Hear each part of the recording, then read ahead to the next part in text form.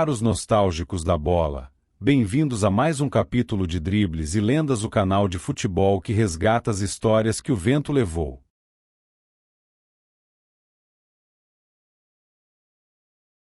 Lucien Laurent, autor do primeiro gol da história das Copas. O futebol tem momentos inaugurais que passam despercebidos no instante em que acontecem. Gestos simples, quase cotidianos, que só ganham peso com o passar do tempo. O gol de Lucien Laurent, em 13 de julho de 1930, foi assim. Um chute direto, preciso, sem espetáculo. Mas naquele toque estava sendo escrita a primeira linha da história das Copas do Mundo. Laurent era um jogador discreto, atacante de movimentação constante, mais preocupado com o coletivo do que com o brilho individual. Atuava pelo Casoxó e integrava uma seleção francesa ainda distante do protagonismo internacional. Quando a França entrou em campo contra o México, em Montevidéu, ninguém imaginava que aquele jogo abriria um capítulo definitivo do futebol. Aos 19 minutos do primeiro tempo, após cruzamento pela direita, Laurent se antecipou e finalizou com o pé direito. A bola cruzou a linha e entrou para sempre na memória do esporte. O jornal uruguaio O Diário registrou no dia seguinte: o primeiro gol do campeonato mundial foi marcado sem cerimônia, mas com exatidão. Era a síntese perfeita do momento. Não houve comemoração exagerada, nem consciência do marco. Laurent apenas correu de volta ao meio-campo, como mandava o costume da época. Décadas depois, em entrevista, ele recordaria com simplicidade: não sabíamos que aquele gol seria lembrado. Queríamos apenas jogar. A frase carrega o espírito de um futebol ainda ingênuo, mas profundamente autêntico. A partida terminou com vitória francesa por 4-1. Mas o nome de Laurent atravessou o tempo não pelo placar, e sim pelo instante inaugural. Um gesto que abriu caminho para milhares de gols, finais épicas e memórias coletivas. Ele não foi o maior jogador daquele torneio, mas foi o primeiro a marcar o território da história. Após a Copa, sua carreira seguiu sem grande alarde. Laurent voltou à França, continuou jogando e depois se afastou do futebol profissional. A grandeza de seu feito cresceu justamente por contraste com sua trajetória modesta. Relembrar Lucien Laurent é compreender que o futebol também se constrói de atos silenciosos. Nem toda grandeza vem do domínio ou da repetição. Às vezes, ela nasce de um único gesto, feito no momento exato, no lugar certo. Na história das Copas do Mundo, o primeiro gol não pertence a um artilheiro consagrado ou a uma final lendária. Pertence a um jogador comum, em um jogo comum, que sem saber inaugurou tudo. Lucien Laurent abriu a porta. O futebol entrou, e nunca mais saiu. Matthias Sindelar, o Mozart do futebol. Matthias Sindelar jogava como quem compunha em movimento. Cada toque parecia pensado, cada deslocamento tinha intenção. Na Viena dos anos 1930, entre cafés, debates e música, ele levou para o campo a mesma delicadeza intelectual que marcava a cidade. O futebol, em seus pés, tornou-se linguagem refinada, leve, precisa, profundamente humana. Conhecido como o Mozart do futebol, Sindelar não carregava esse apelido por acaso. Era um atacante de corpo esguio, drible curto, leitura rara do espaço. Não atropelava adversários, desarmava com inteligência, criava ângulos improváveis, fazia do passe um gesto de invenção. Segundo descreveu o jornal Neue Freie Presse, em 1932, Sindelar não força jogada. Ele a constrói até que se torne inevitável. Foi o grande símbolo do Wunderteam austríaco, a seleção que encantou a Europa com futebol ofensivo, técnico e coletivo. Sob o comando de Hugo Meizl, a Áustria passou a dominar rivais tradicionais com fluidez e imaginação. Sindelar era o centro dessa engrenagem. Jogava entre linhas quando esse conceito ainda nem tinha nome. Na Copa do Mundo de 1934, na Itália, Sua influência foi decisiva. Contra a Hungria e a França, ditou o ritmo das partidas.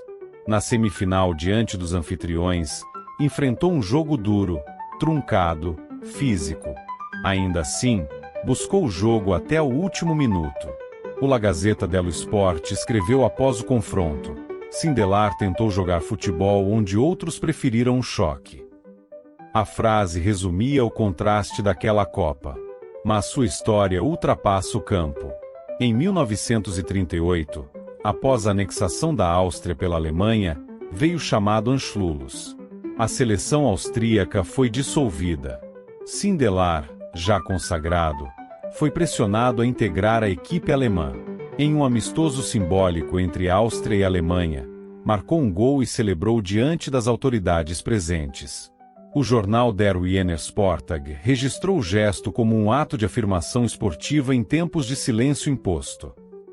Sindelar escolheu não seguir. Afastou-se do futebol competitivo em meio a um cenário político opressor. Sua morte, em 1939, encerrou uma trajetória breve, intensa e carregada de significado histórico. O L'Équipe, anos depois, escreveria: Sindelar representou a elegância do futebol quando a Europa perdia a sua. Relembrar Matthias Sindelar é revisitar um tempo em que o jogo podia ser pensamento em movimento. Ele mostrou que a inteligência não diminui a intensidade, que a leveza pode ser decisiva, que o futebol também pode dialogar com a cultura de seu tempo. Sindelar não foi apenas um grande jogador. Foi a prova de que o futebol pode ser arte sem perder o chão, beleza sem excessos, grandeza construída com lucidez, coragem e imaginação. Um nome que permanece como melodia antiga, clara, precisa, inesquecível. Giuseppe Meazza, o primeiro supercraque europeu. Giuseppe Meazza foi o primeiro jogador europeu a compreender o futebol como espetáculo completo. Não apenas pelo que fazia com a bola, mas pela forma como ocupava o campo, atraía olhares e alterava o clima de um estádio inteiro. Nos anos 1930, quando o jogo ainda era majoritariamente esforço coletivo, Meazza surgiu como figura central, talento, personalidade e decisão reunidos no mesmo corpo. Nascido em Milão, cresceu em bairros populares onde o futebol era improviso e desafio. Desde cedo, mostrou controle técnico raro, drible curto, capacidade de finalização em espaços mínimos. Atuando pela Internazionale, tornou-se rapidamente o nome mais comentado do futebol italiano. O jornal La Stampa escreveu em 1931: Meazza não joga apenas para vencer, joga para dominar. Era uma constatação direta. Em campo, alternava elegância e ousadia. Sabia pausar, provocar, acelerar. Tinha leitura fina do jogo e um senso de oportunidade quase instintivo. Marcava gols, criava jogadas, desmontava defesas inteiras com gestos simples. Não era apenas eficiente, era carismático. As arquibancadas reconheciam nele algo novo. Um jogador capaz de decidir e, ao mesmo tempo, encantar. Sua consagração internacional veio com a seleção italiana.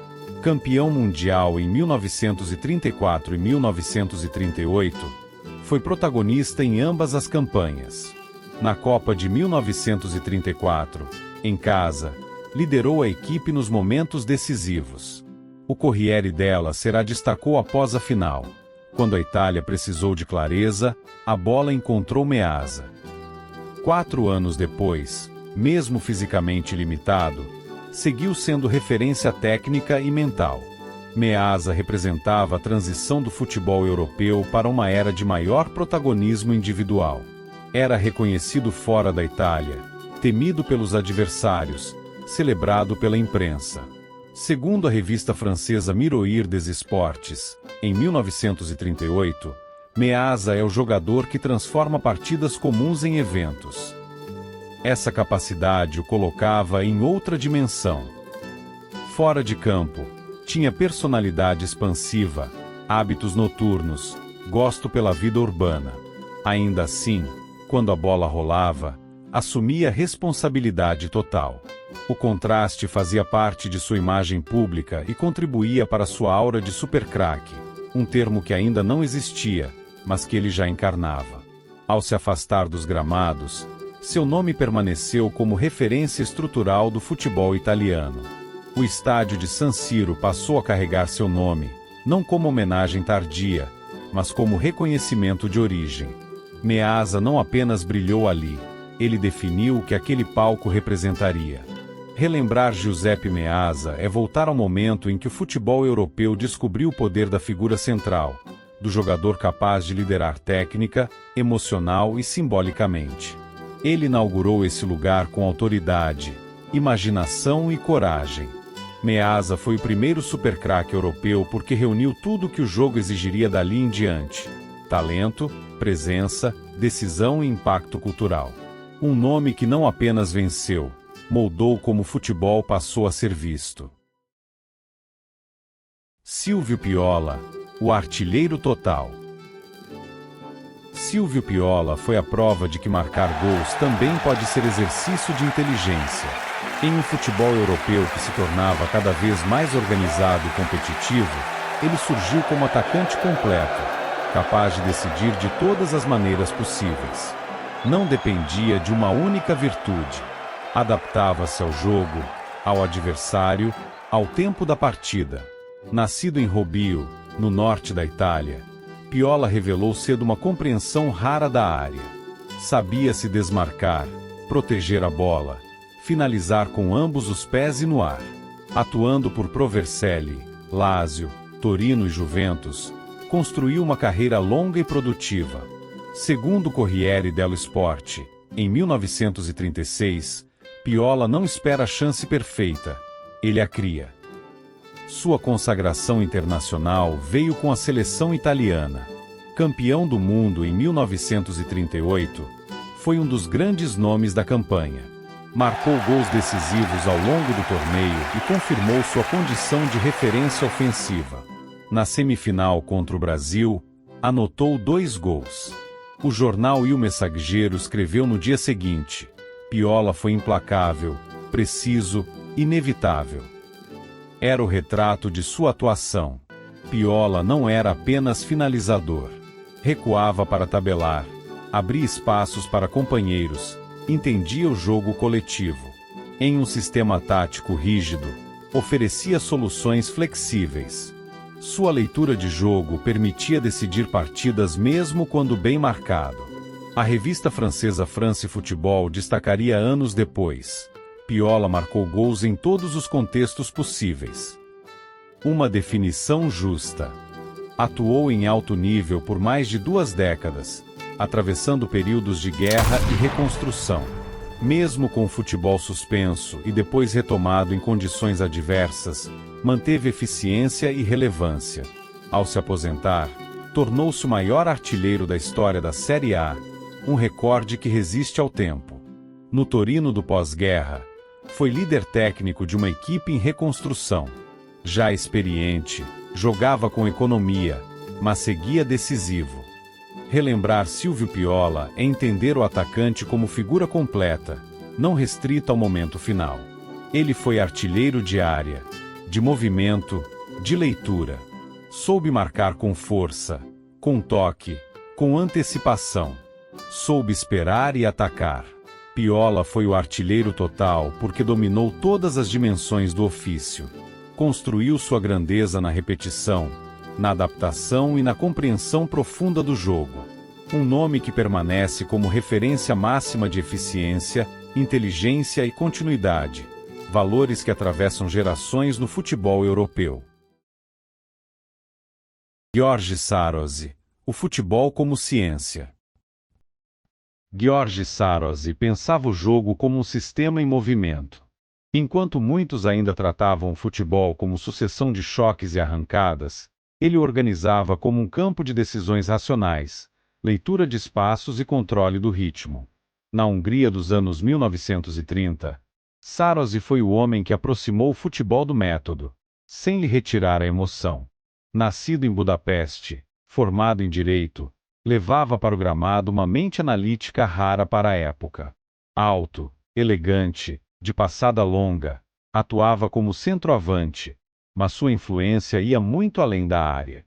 Recuava para articular, distribuía passes com precisão, organizava companheiros com gestos simples. Jogava como quem compreende o todo. O jornal Nenzete Sport escreveu em 1936: Saros não ocupa uma posição, ele organiza o campo. No Ferencváros, tornou-se referência absoluta. Artilheiro, capitão e estrategista, conduziu o clube a títulos nacionais e campanhas europeias marcantes.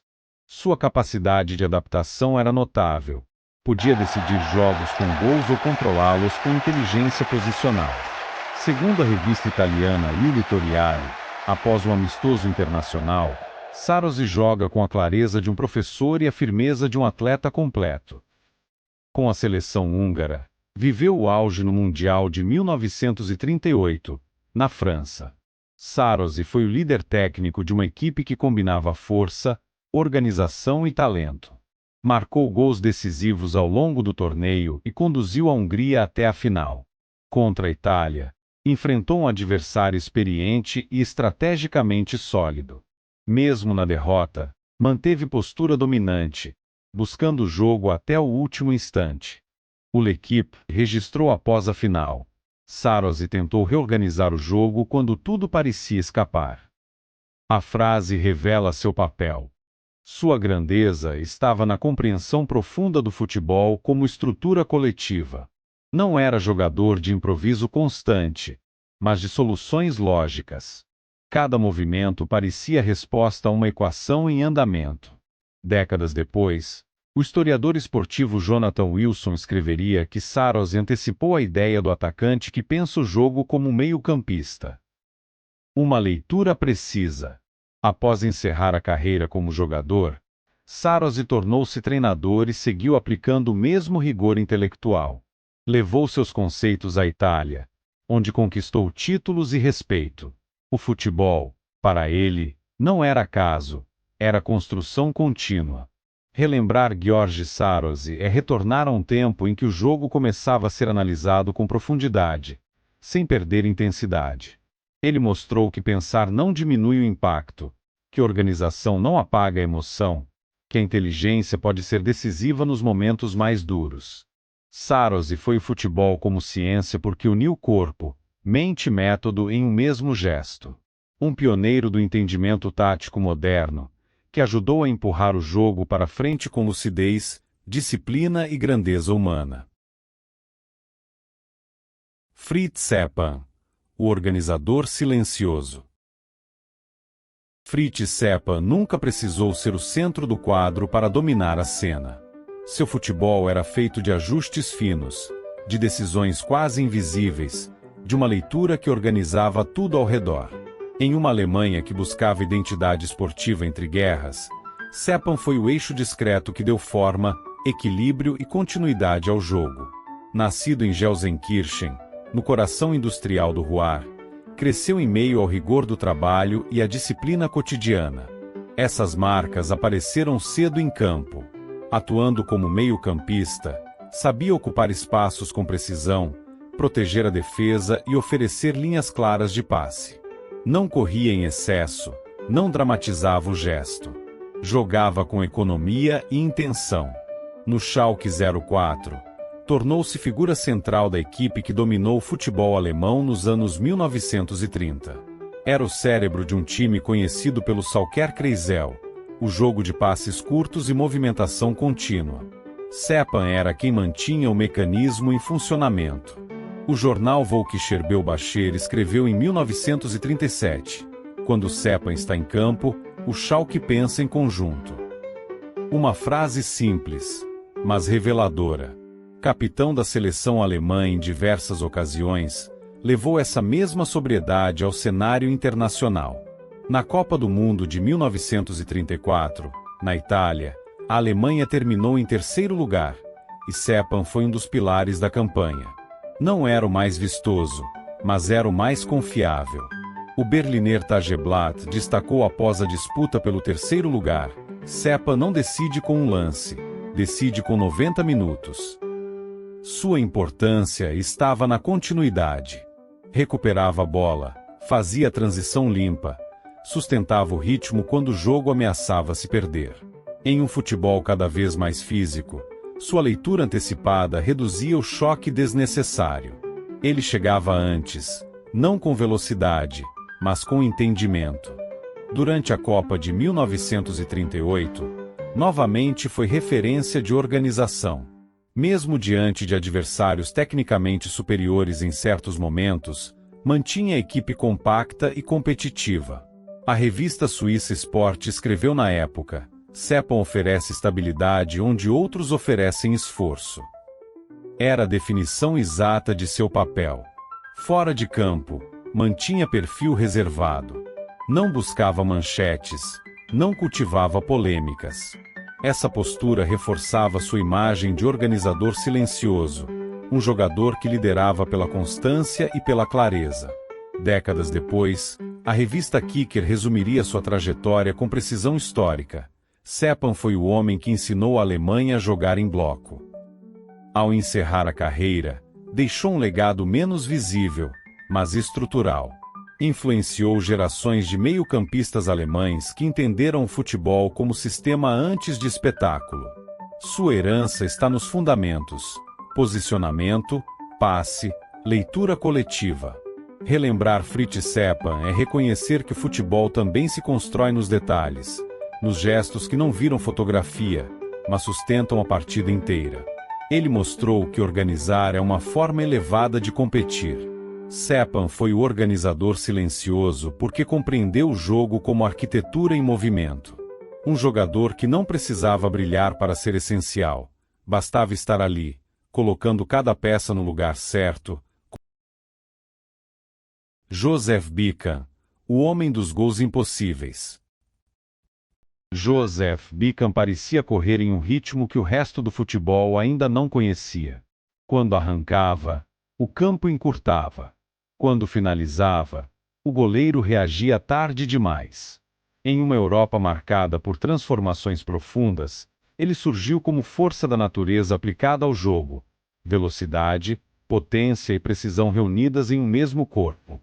Nascido em Viena, criado em meio às dificuldades do pós-guerra, Bican desenvolveu cedo um físico incomum. Alto, musculoso, dono de uma arrancada devastadora, conseguia percorrer o campo com passada longa e controle absoluto da bola. Atuava como centroavante, mas não ficava preso à área. Atacava espaços como poucos. Segundo o jornal austríaco Die Presse, em 1937, Bican corre mais rápido que o pensamento do defensor. Não era metáfora, era constatação. Sua carreira ganhou contornos lendários sobretudo no Slavia Praga, onde marcou gols em quantidade quase inacreditável. Temporada após temporada, repetia a mesma sentença: bolas nas redes, defesas desfeitas, jogos resolvidos cedo. O Lidovenovini registrou em 1942. Quando Bican está em campo, o placar começa em vantagem. Era a medida de seu impacto. Bican marcou gols de todas as formas. Com ambos os pés, de cabeça, em arrancadas solitárias, em chutes de média distância. Não havia padrão único. Sua especialidade era o improvável. Recebia a bola em situações que pareciam neutras, e em segundos, transformava em finalização letal. A revista Old Soccer, décadas depois, o definiria como um atacante que antecipou a velocidade do futebol moderno. Defendeu a Áustria e depois a Tchecoslováquia, atravessando contextos políticos complexos sem perder o foco esportivo. Em campo, permanecia objetivo. Não era jogador de gestos excessivos. Na Copa de 1934, já chamava atenção internacional. O La Gazzetta dello Sport escreveu: Bican não precisa de muito espaço, ele o cria. Os números atribuídos à sua carreira variam conforme as fontes, reflexo de uma época fragmentada por guerras e ligas paralelas. Ainda assim, historiadores concordam em um ponto essencial: poucos marcaram tantos gols em jogos oficiais e amistosos de alto nível. Mais que estatística, Porém, havia a sensação constante de inevitabilidade. Quando a carreira terminou, Beckham não se transformou em celebridade distante. Viveu de forma simples, longe do brilho tardio. Mas seu nome permaneceu circulando nas conversas especializadas, nos arquivos, nas comparações inevitáveis. Segundo escreveu o Gráfico, em edição histórica, antes que o futebol aprendesse a contar gols, Beckham já os empilhava. Relembrar Joseph Beckham é reencontrar um tempo em que a superioridade física encontrava a técnica refinada, em que a velocidade ainda surpreendia porque não era comum. Ele foi o homem dos gols impossíveis porque fez do impossível um gesto recorrente. Beckham não reinventou o jogo com palavras ou símbolos. Ele o empurrou para frente com arrancadas, potência e precisão absoluta. Um jogador que parecia sempre chegar antes, da bola, do marcador e do próprio tempo. Grandeza construída no impacto direto, na repetição implacável, na afirmação humana mais simples e definitiva do futebol, o gol. Se esta história tocou você, nos ajude a ir mais longe.